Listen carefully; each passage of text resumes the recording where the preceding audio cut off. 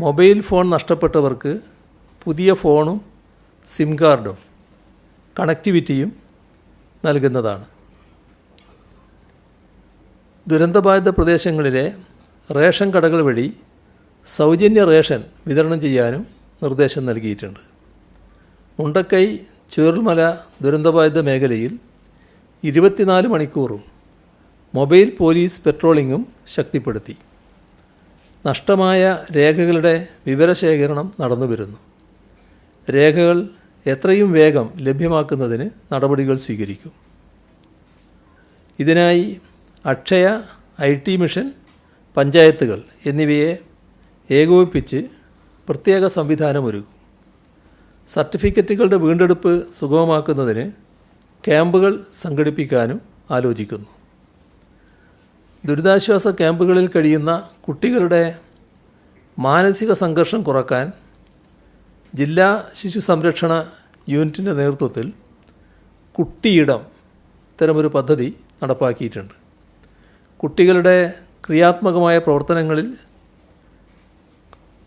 കുട്ടികളെ വ്യാപൃതരാക്കി മാനസിക സംഘർഷം കുറക്കുക എന്നാണ് ഈ പദ്ധതി കൊണ്ട് ലക്ഷ്യമിടുന്നത്.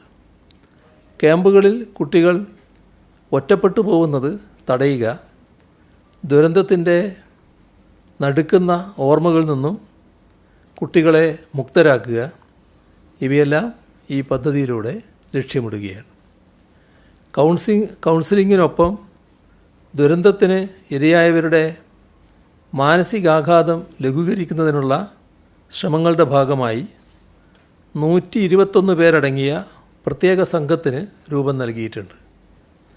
ആരോഗ്യവകുപ്പിൻ്റെ നേതൃത്വത്തിലാണ് ടീം രൂപീകരിച്ചത്. ആശുപത്രികൾ, ദുരിതാശ്വാസ ക്യാമ്പുകൾ, വീടുകൾ ഇവിടങ്ങളിൽ കഴിയുന്നവർക്ക് മാനസികാരോഗ്യ ഹെൽപ്പ് ഡെസ്കുകൾ മുഖേന ടീം അംഗങ്ങൾ സേവനം ഉറപ്പാക്കും. കുട്ടികൾ, പ്രായമായവർ, ഗർഭിണികൾ എന്നിവരുടെ പ്രശ്നങ്ങൾക്ക് പ്രത്യേക പരിഗണന നൽകും.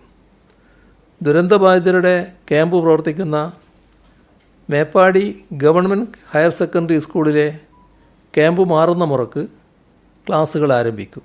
കുട്ടികൾക്ക് ഗതാഗത സൗകര്യം ഒരുക്കും. കമ്പ്യൂട്ടറുകൾ ലഭ്യമാക്കും. സെപ്റ്റംബർ 2 മുതൽ 12 വരെ നടക്കുന്ന 1ാം പാദ പരീക്ഷ വെള്ളാർമല, മുണ്ടക്കൈ സ്കൂളുകളിൽ മാറ്റിവെച്ചു. പിന്നീട് നടത്തും. മറ്റേതെങ്കിലും വിദ്യാലയത്തിൽ പരീക്ഷ മാറ്റിവെക്കേണ്ടതുണ്ടെങ്കിൽ പൊതുവിദ്യാഭ്യാസ ഉപഡയറക്ടറുടെ റിപ്പോർട്ടിൻ്റെ അടിസ്ഥാനത്തിൽ നടപടി സ്വീകരിക്കും. സ്കൂളുകൾക്ക് ആവശ്യമായ ഫർണിച്ചറുകൾ ലഭ്യമാക്കും. പാഠപുസ്തകങ്ങളും പഠനോപകരണങ്ങളും സ്കൂൾ ബാഗും നഷ്ടപ്പെട്ട കുട്ടികൾക്ക് എല്ലാം ഉൾപ്പെടുന്ന സ്കൂൾ കിറ്റ് നൽകും.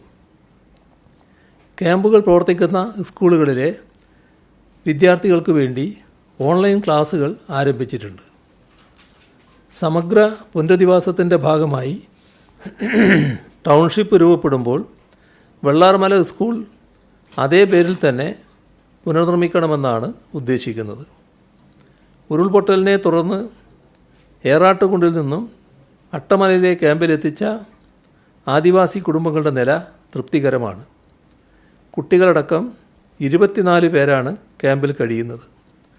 സൂചിപ്പാറ വെള്ളച്ചാട്ടത്തിന് മുകളിലെ ഭാഗത്ത് ഗുഹയിൽ അഭയം തേടിയ കുടുംബത്തെ വനംവകുപ്പും പ്രത്യേക ക്യാമ്പിൽ പരിചരിക്കുന്നുണ്ട്. മുണ്ടക്കൈ ചൂരൽമല ഉരുൾപൊട്ടൽ ദുരന്തത്തെ ആദിവാസി കുടുംബങ്ങളെല്ലാം അതിജീവിച്ചിട്ടുണ്ട്.